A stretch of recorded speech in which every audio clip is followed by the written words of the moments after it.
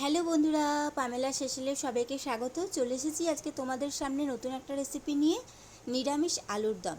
এটা তোমরা যে কোনো অনুষ্ঠানের দিনকে, যে কোনো পুজো পার্বণে খুব সহজেই বাড়িতে বানিয়ে ফেলতে পারো এই নিরামিষ আলুর দম। চলো তাহলে কথা না বাড়িয়ে শুরু করা যাক আজকের রেসিপি। আর আজকের এই রেসিপিটা যদি তোমাদের ভালো লাগে তাহলে অবশ্যই লাইক কমেন্ট করবে এবং অবশ্যই আমার চ্যানেলটি সাবস্ক্রাইব করে আমার পাশে থাকবে বন্ধুরা, যাতে পরবর্তীকালে আমি তোমাদের সাথে আরও নতুন নতুন রেসিপি শেয়ার করতে পারি। প্রথমেই দেখো আমি কিছু মশলা বানিয়ে নেব। তার জন্য দেখো গোটা ধনে নিয়েছি, গোটা জিরে, পোস্তদানা নিয়েছি, শুকনো লঙ্কা, গোটা গোলমরিচ আর গোটা গরম মশলা নিয়েছি। আমি যেরকম কোয়ান্টিটিতে বানাচ্ছি সেই হিসাবে নিয়েছি। আর এটা আমি শুকনো খোলায় প্রথমে কয়েক সেকেন্ড একটু নাড়াচাড়া করে নেব, তারপর এটা ঠান্ডা করে আমি মিক্সারে এটার পাউডার বানিয়ে নেব। আর এটা করার সময় কিন্তু অবশ্যই গ্যাসের ফ্লেমটা লোতে রাখতে হবে, না হলে মশলাটা কিন্তু পুড়ে যাবে, তখন এটার টেস্ট কিন্তু খুব একটা ভালো আসবে না। তো সেই দিকে এটা একটু খেয়াল রাখতে হবে। 1 মিনিট মতন আমি নাড়াচাড়া করে নিয়েছি। এখন আমি এটা ঠান্ডা করে গুঁড়ো করে সাইডে রেখে দেব। এখন মিক্সার জারের মধ্যে আমি আরেকটা পেস্ট বানিয়ে নেব। তার জন্য আমি এখানে একটা টমেটো নিয়েছি, এর সাথেই আমি আদা দিয়ে দিয়েছি, আর এর সাথেই আমি কয়েকটা কাজু বাদাম দিয়ে দিচ্ছি, আর এর সাথেই আমি চারমগজ দিয়ে দিচ্ছি, গোটা চারমগজ। সাথেই আমি কাঁচা লঙ্কা দিয়ে দিচ্ছি। এখন সামান্য এর মধ্যে একটু জল আমি দিয়ে এটা মিক্সারে আমি একটা ভালো পেস্ট বানিয়ে নেব। এখন কড়াই বসিয়ে দিয়েছি আমি, এর মধ্যে আমি সামান্য হলুদ গুঁড়ো দিয়েছি আর তেলটা ভালো করে গরম হয়ে গেছে। এখন আমি বড় বড় সাইজ করে কেটে রাখা আলুগুলো ভালো করে লাল লাল করে ভাজা করে নেব। এখানে কিন্তু আমি নুনের ব্যবহার করিনি, নুনটা আমি পরে ব্যবহার করব। শুধুমাত্র জাস্ট সামান্য হলুদ দিয়েছি আর আলুগুলো লাল লাল করে আমি ভাজা করে নিচ্ছি।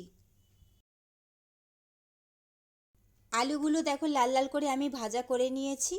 এখন চলে যাব আমি পরবর্তী পর্যায়ে। বাকি রান্নাটা আমি এই তেলের মধ্যেই করে নেব।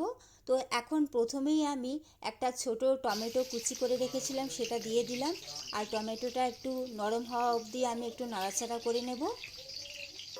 টমেটোটা দেখো নরম হয়ে গেছে। এখন আমি এর মধ্যে কাশ্মীরি লঙ্কার গুঁড়ো আর হলুদ গুঁড়ো পরিমাণ মতন দিয়ে দিচ্ছি। আর এটা তোমরা চেষ্টা করবে তেলের মধ্যেই দেওয়া, তাহলে আলুর দমের কালারটা কিন্তু খুব ভালো হয়। 15 সেকেন্ড মতন আমি একটু নাড়াচাড়া করে নিয়েছি। এখন টমেটো আদার যে পেস্টটা বানিয়ে রেখেছিলাম সেটা দিয়ে দিচ্ছি।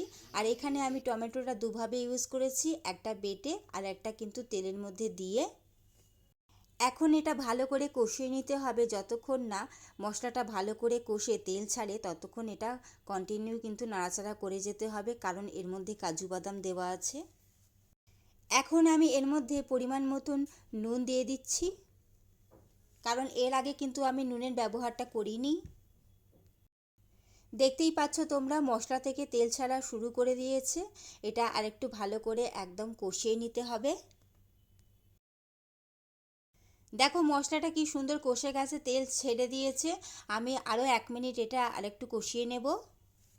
এই আলুর দমটা তোমরা রুটি, লুচি, পরোটা যে কোনো কিছুর সাথে খুব সহজেই খেতে পারো, কারণ সেগুলোর সাথে এটা সবথেকে বেশি ভালো যায়।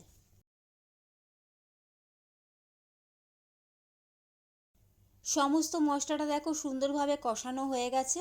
এখন আমি ভেজে রাখা আলুটা এর মধ্যে অ্যাড করে দিচ্ছি। আর এখন আমি মিনিমাম 15 মিনিট এটা লো ফ্লেমে কিন্তু কন্টিনিউ কষাবো, কারণ যত বেশি কষাবে তত কিন্তু খেতে টেস্ট হয়। 15 থেকে 20 মিনিট দেখো আমি ভালো করে কষিয়ে নিয়েছি। এখন আমি যে ভাজা মশলাটা বানিয়ে রেখেছিলাম, যে গুঁড়ো মশলাটা ভিডিওর শুরুতে, সেইটা আমি এখানে অ্যাড করে দিচ্ছি।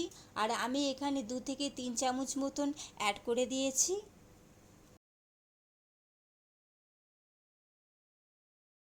এখন এই ভাজা মশলাটার সাথে আমি আলুর দমটা আরও 5 মিনিট ভালো করে কষিয়ে নেব।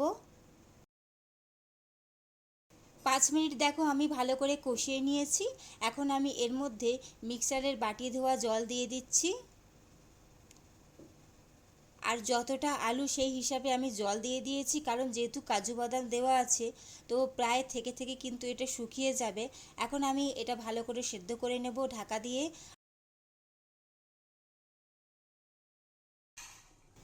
ফিরে এসেছি বন্ধুরা 20 থেকে 25 মিনিট বাদে। আর যেহেতু আমি এখানে জ্যোতি আলু ব্যবহার করেছি তাই সেদ্ধ হতে অবশ্যই একটু সময় লাগে।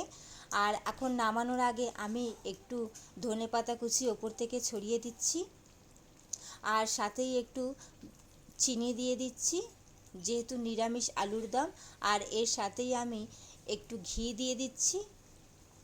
রেডি হয়ে গেল বন্ধুরা আমাদের নিরামিষ আলুর দম। কেমন লাগলো তোমাদের আজকের এই রেসিপি অবশ্যই সেটা কমেন্ট করে জানাবে, এবং অবশ্যই আমার চ্যানেলটি সাবস্ক্রাইব করতে ভুলো না কিন্তু। আমার চ্যানেলটি সাবস্ক্রাইব করে আমার পাশে থেকে বন্ধুরা। চলো তাহলে আজকের মতন আসি, দেখা হচ্ছে খুব তাড়াতাড়ি নতুন কোনো রেসিপি নিয়ে। ততক্ষণ তোমরা ভালো থেকো, সুস্থ থেকো। চলো টাটা।